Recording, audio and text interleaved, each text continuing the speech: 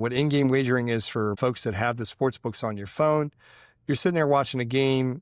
For instance, my biggest win I've ever had in my life, the Super Bowl, where Tom Brady came back versus the Falcons. Dan and I were both at work that night, and we both went and hammered that bet, and we both made a hell of a lot of money. That was a lot of fun. We worked on the Strip in a major casino, and we walked out of the pit and made my wager. Just kind of going off of the live betting, right? It's tough. A lot of us stream, even satellite, right? There's a lag between what's going on in the stadium and what we see, usually sometimes up to 45 seconds to a minute. So what you're seeing isn't reflecting what's going on usually on the odds, unless they're at commercial break. That's usually the time I'll look, because that's when you're gonna know like the action stop, the odds are what they are. They just keep moving, and it's tough. And in this survey that Brendan was saying, I shared with him earlier, is that they're just talking about how in-game betting was a pretty big thing, I would say 8 years ago.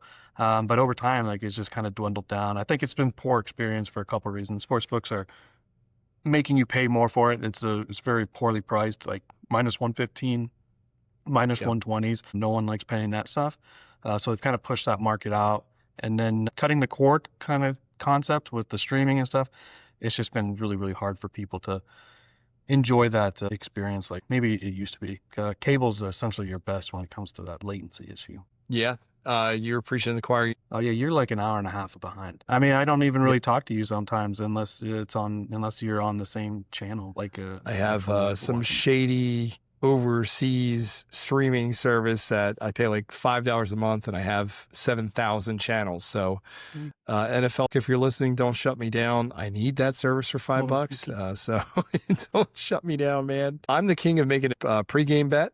Then the game turns out the way I wanted it to, and then I hedge a little bit. So Dan hates hedging.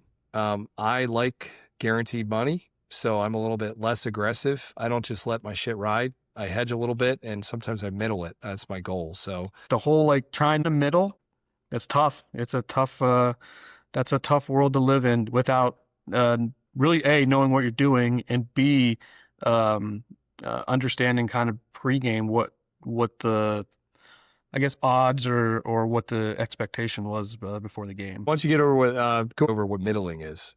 A middle, in a football sense, we can say that the game's -3, the team's winning quite a bit. The line goes up to 10 in game, so you're going to take the other side, the other team at +10, and hope that the original team that you bet the -3 on wins by like 6 or 7.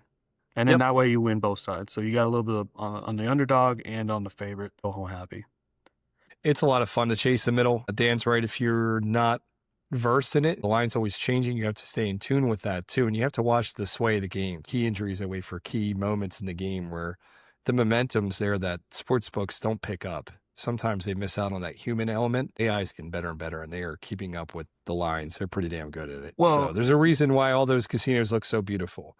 It wasn't built on winners. But the one thing is, if you get good at it by identifying that stuff, don't do all that action on one sports book either, because that's a big red flag for them to eventually limit you as well. I am not allowed to bet on the one app because of the in-game wagering. That happened 2 years ago. I was very proud of that moment. It's a good feeling when you get flagged by a sports book.